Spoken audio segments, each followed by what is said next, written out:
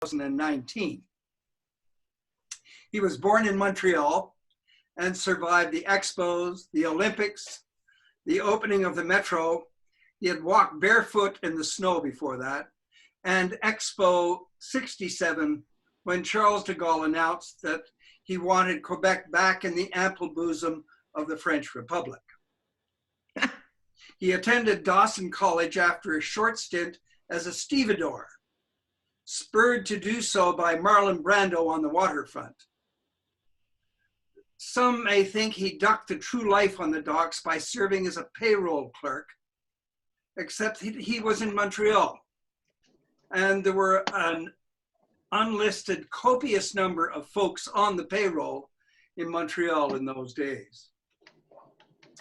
Emerging from Dawson College as an educated payroll clerk, Doug joined the Boy Scouts of Canada, to which he was attached for 33 years. His major accomplishment was meeting Carol at Taramakuta Scout Camp. Rumor has it that Dirty Dancing and the Apprenticeship of Duddy Kravitz were weak attempts to describe Doug and Carol's romantic entanglement in that warm and sultry summer. They escaped Montreal and hit the road to Ottawa, Victoria, Toronto, Calgary, and finally to Edmonton and St. Albert. On the way, Doug ran the program for the 1977 Boy Scout Canadian Jamboree with 18,000 kumbaya participants with their fingers stuck symbolically in the air. He introduced the Boy Scout popcorn sales program in 1990, which went viral, so to speak, 5 years later, when they raised over $15 million nationally. And Doug went international, spending a month with the King of Bhutan, assisting his royal selfdom to start scouting in that country. Doug then turned his attention to bringing forth compassionate civilization to St. Albert. Can you hear me? He brought his Rotary experience from Victoria, Toronto, and Calgary to our fair city, serving as our very own St. Albert Centennial Club president in 2004 and 2005, where he and Wally Monson and along with our house architect, Stephen Barr, immersed themselves and ourselves in the construction of the replica railway station at the grain elevator site. Always ready to give advice wherever it is needed or not needed, Doug has been keeping Rotary alive at the district level as assistant governor for the past 8 years, stepping down triumphantly this coming July. His consumptive spirit of community development led Doug to join the St. Albert Youth Committee and then the St. Albert Arts and Heritage Foundation as executive directors of both institutions. This was followed by a stint with the Sturgeon Hospital Foundation as its event coordinator. A chronically active volunteer, Doug called on his experience at the Montreal's docks as their bagman when he was appointed board chair of the St. Albert Community Lottery Board, doling out $3.5 million over 3 years, then moving into gambling as president of the St. Albert Bingo Association. He also served with our present mayor of St. Albert, of the St. Albert Vandalism Task Force, as chair of the RCMP Community Advisory Group, spreading his charm as he and Kathy Heron cavorted together setting up block parties. But enough. Doug, a holder of the Queen's Jubilee and Canada's 125th anniversary medals, he has most recently been appointed chair of the board of the St. Albert Community Foundation, and it is within this context that he will assail us with his wisdom, foresight, and energy. Please welcome Douglas Campbell as he zooms us through his latest public service passion.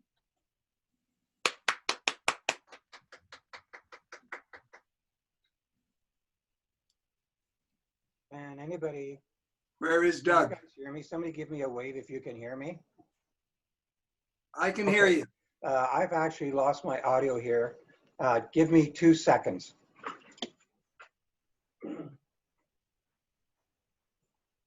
1001, 1002. Time's up. Get back there.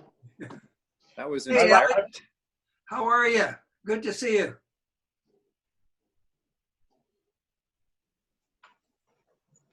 And I've not been able to solve my camera riddle, so we'll have to stay incognito.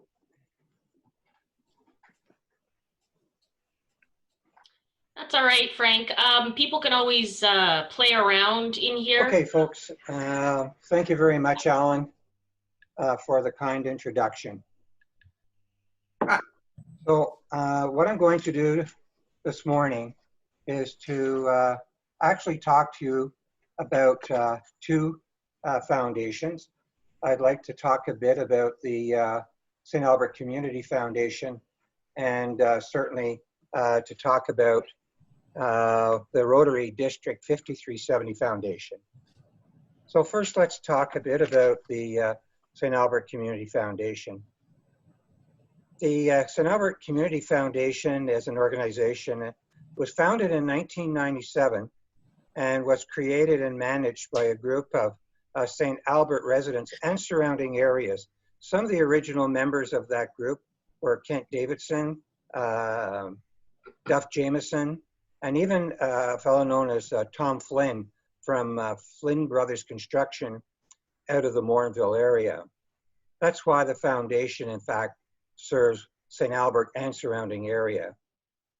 So they decided that they wanted an organization that was created to have a belief in charity, philanthropy, and the importance of community.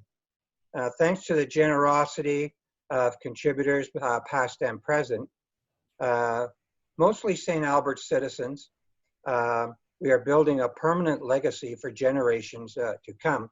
So the foundation is an endowment foundation. So the foundation provides opportunities for citizens to contribute to and invest in the long-term fulfillment of community needs.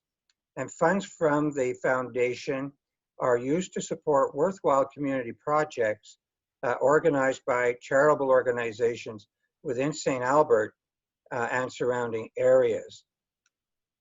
The current board is about 11 folks and actually has a couple of Rotarians serving on the board, Wally Monson, Sandra Fenton, and myself to start.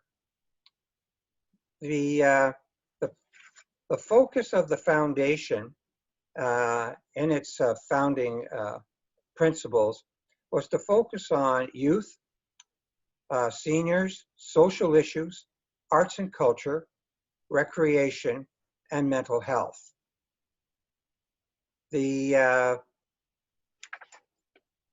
So the organization was allowed through the Canada Revenue Agency to accumulate funds in its first 10 years.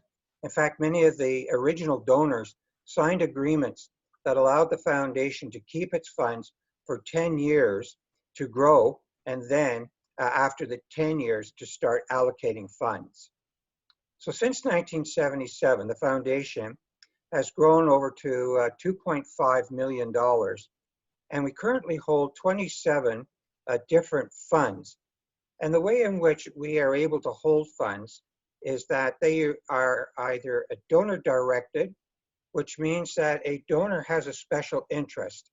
It might be medical, it might be specific organizations, but they can actually designate where their funds would like to go. And every year, when we allocate our funds in October, we go back to those donors and check and ask to whom they'd want to see those donations made. Another group are called donor advised. And what they do is that when we go out for our grant applications, generally in October of each year, what we do is we accumulate a list of the projects and those organizations seeking funds And what we do is then we actually send that list out to these donors. And what they can do is they shop our donor list for the interests they may have. Some of our donors have varied interests, and what they will do is that they may decide to fund some of the projects that we have listed.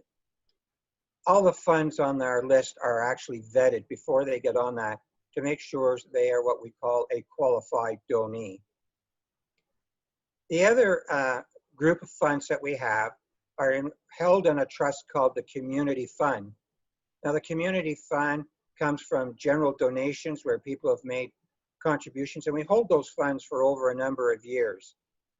And the nice thing about those funds is that if we get advised by a donor, say that they'd like to support an organization, and the organization may have asked for, let's say, $3,000, but they only want to allocate $2,500, what we're able to do is to go into our Community Foundation Fund and to top that fund up to the $3,000. It's taken a while philosophically for the foundation to understand that when you have to trust organizations, that when they ask for $3,000 to do their current programs, that's what they need, and you have to trust them to do that. So over the years, we believe now we would rather fully fund a request than to partially fund a request, although we will still do that. Some of our new funds that have just come in have been family funds, and we actually have Rotarians that have started a family fund. Now, a basic start of a family fund in our foundation is $10,000 or an agreement over like 2 or 3 years to build to $10,000. Once those funds are vested with us, we then hold on to those funds. And within our 27 right now, we would have a number of funds. We hold, for an example, a Jackie Heitzman fund and Jackie, and we hold a McRae family fund as well. Two of the big funds that just recently came into us were the St. Albert Humboldt Remembrance Fund. Many of you will recall the Humboldt incident, and many of you will recall and attended the Jersey Gala. The city of St.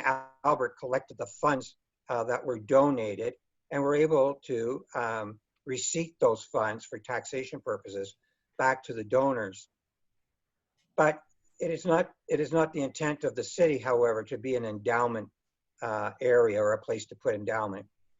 So they, earlier this year, sent the net proceeds of that endowment over to our foundation to hold and to manage on behalf of the community.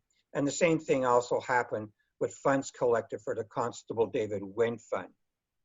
The Humboldt Remembrance Fund is right now basically going to be a scholarship fund, and it is focused on hockey players. You can go to our website, sacf.ca, to actually read the scholarship requirements, which all were written by the families. The school boards are now helping us work on that, and this year we've set a target of 12 scholarships. The fund now is over $400,000. Not only did we receive funds from the original contribution from the Jersey Gala, but we also received an anonymous donor from the Donner Foundation, $40,000. And as some of you can remember, last year, there was a Humboldt Remembrance hockey tournament played here in St. Albert, and the organizers of that allocated their net of $15,000.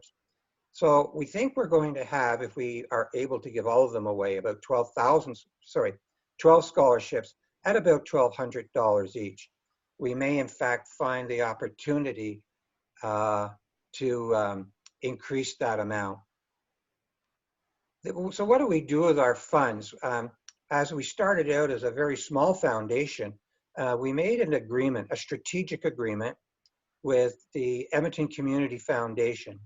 So all funds that are donated and contributed through endowment to the St. Albert Foundation are in fact placed with ECF. And ECF manages those funds for us. They charge a 0.7% admin charge for that.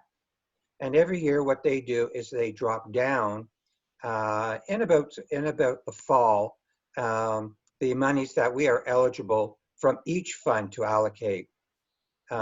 This year with the Humboldt, the total amount of money dropping down for us will be over $100,000. But if you go back and take a look at who donates to us, they have specific interests. As an example, we have the Thatcher Fund, for example, that is focused on neonatal care, where we have other donors that have endowments that are focused on special interests, such as a fund that will give a scholarship into the high schools. So as an example, we try to allocate those funds. Now, we started allocating funds in 2004. A sidebar story, when I was recruited to go on the board in 2004, I said one of my conditions on becoming a director of the board was that they had to start giving away money. They had not been doing so, and basically I said to them, nobody knows you exist because you don't give any money away. And we started to do that, and with that, we were able to support a lot of organizations in our community. One of our ones that we do is with one of our strategic partners, and I want to talk about that. One of our strategic partners is the Sturgeon Community Hospital Foundation. Rotary. They are a strategic partner for us in two ways. First of all, they bring great projects to us every year that we can use with our Thatcher money to support in the neonatal care. And sometimes it's programs and sometimes it's equipment. But it's important for us to know that we are able, through the Sturgeon Hospital Foundation, to support their activities. But the other part is that they're big partners with us in the local St. Albert Heritage Golf Tournament, which is an important event for both our organizations to provide funds for our operations and to support the programs that we are involved with. The Edmonton Community Foundation is the other strategic partner, of course, which I explained. And the City of St. Albert is an important partner with us, particularly when we become involved in our events. But over the years, we have supported Star Literacy, which provided programs for new Canadians. We support Kids Sport, which is a program providing registrations and equipment for kids. St. Albert Bereavement Society, then recently the Jessica Martel House Foundation and their new Jesse's House up in Morinville. Just recently, in the last 5 years, we became involved with the mental health. It had come to our attention through the City of St. Albert Family and Social Services that mental health, particularly between 18 and 34-year-olds, was becoming a serious issue in St. Albert. And in fact, we had 4 suicides within that age group. Our foundation decided that we needed to become involved. So basically, we initiated what was a youth mental health fund that we could raise money to go out and raise money to fulfill. And we did that through our evening talks that many of you have attended.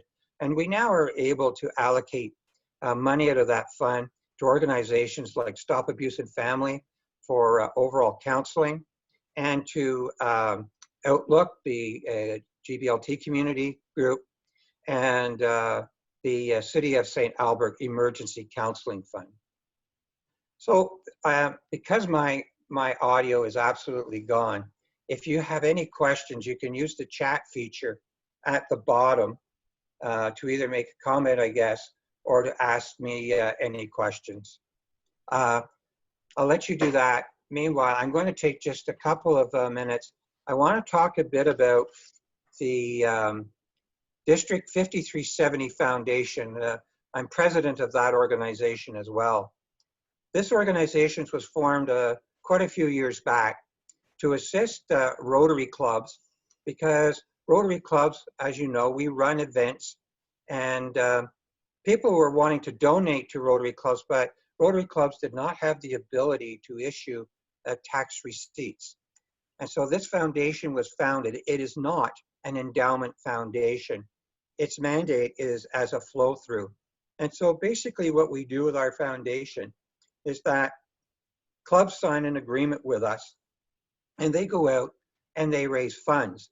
Now some use it for general projects, while others will use it for major projects. Currently, a couple of clubs in Grand Prairie are actually building a building like a Jesse's House, a wellness center. And they're using our foundation to accept donations on their behalf because we have the ability to write tax receipts for that. So clubs will use it. Some have used it, for example, when they hold a gala. They're able to set a price for their gala for like $150 and have the ability to write a check for half of that, and we can help them do that. Our club currently has $535 in that fund. I have absolutely no idea how that money got there. So that is something that our club needs to just keep as a reminder. Back in the 90s, Farrell Shadlin and I led a task group with an overall interest to start a St. Albert Rotary Foundation. And after going through that, the club backed off actually doing that. And of course, we have our own Music Festival Foundation. So I have a question that asks, what is the biggest challenge for the foundation in the current environment? Given the current environment, we, as a foundation, we're not overly impacted in terms of our granting because we only grant once a year. So I suspect that when we get to the fall applications, my gut tells me we will see a lot of organizations looking for support. I guess the biggest hit we will take will be financial market-wise. Currently, what we do as a foundation and with ECF is that their returns generally over the years have been in the 6 and 7%. CRA requires all Canadian foundations to take 4% of its equity and spend it. And so that is the money that we take down from each of our trust funds, is the 4%. It allows some growth in the endowments around inflation, about 1 to 2%. So I guess right now for us, the biggest thing will be how much the ECF is able to generate. Ironically, it doesn't matter how much they can generate. We are still required to take 4%. We're hoping they make enough that we do not have to draw down from any of the equity of our endowment funds. So that would be my quick talk for today. I'm looking to see if there are any other questions. If you do, I'll watch the board for that. And I apologize that for some reason my laptop was working yesterday and basically decided to give up my audio on me. So I can't hear all your kind remarks, but I know they're there. Give me a thumbs up. Thank you.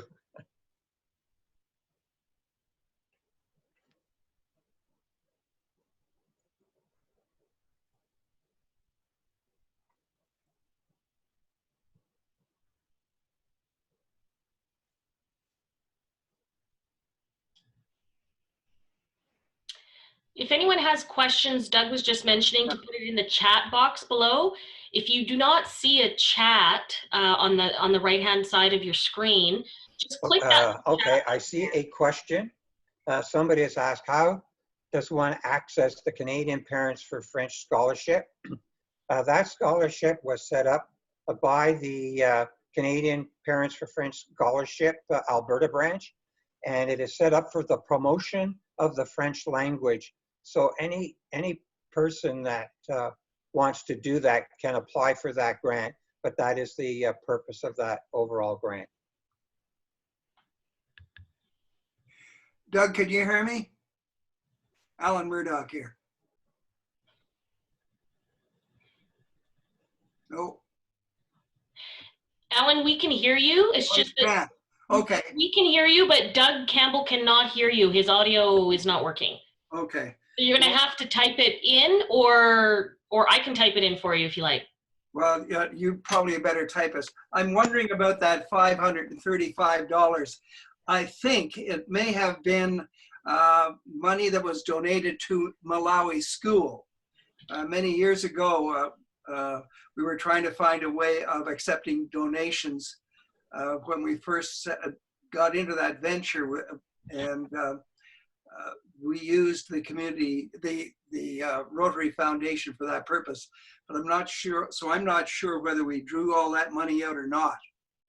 I'm not sure whether we can track it, but it's nice to know that we've got some money in there. Maybe we could flip a coin and have a draw or use it for some important purpose, such as restocking our champagne.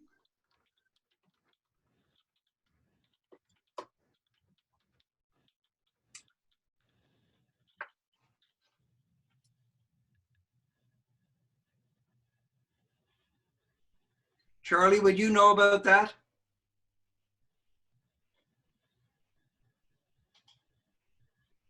Sorry, Charlie, you were muted. What was that again? No, I don't know anything about that $535.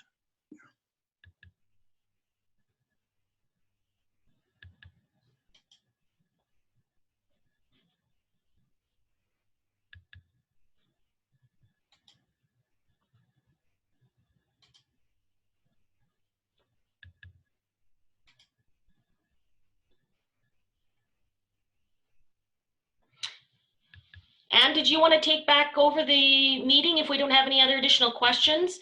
I know I did go to the website, and if you click on funds and donors, it actually has a huge list of all of the donors that they have and all of the where the funds go. I highly suggest you check out the website for more info. And we'll turn it back over to Anne. I think there was a question from Lynn there.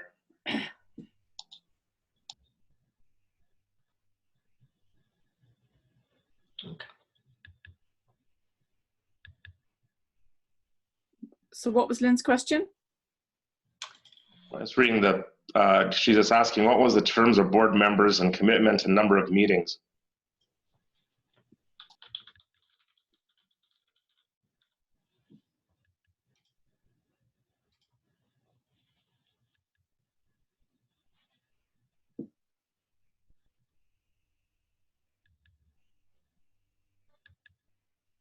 I think Doug's checking his email.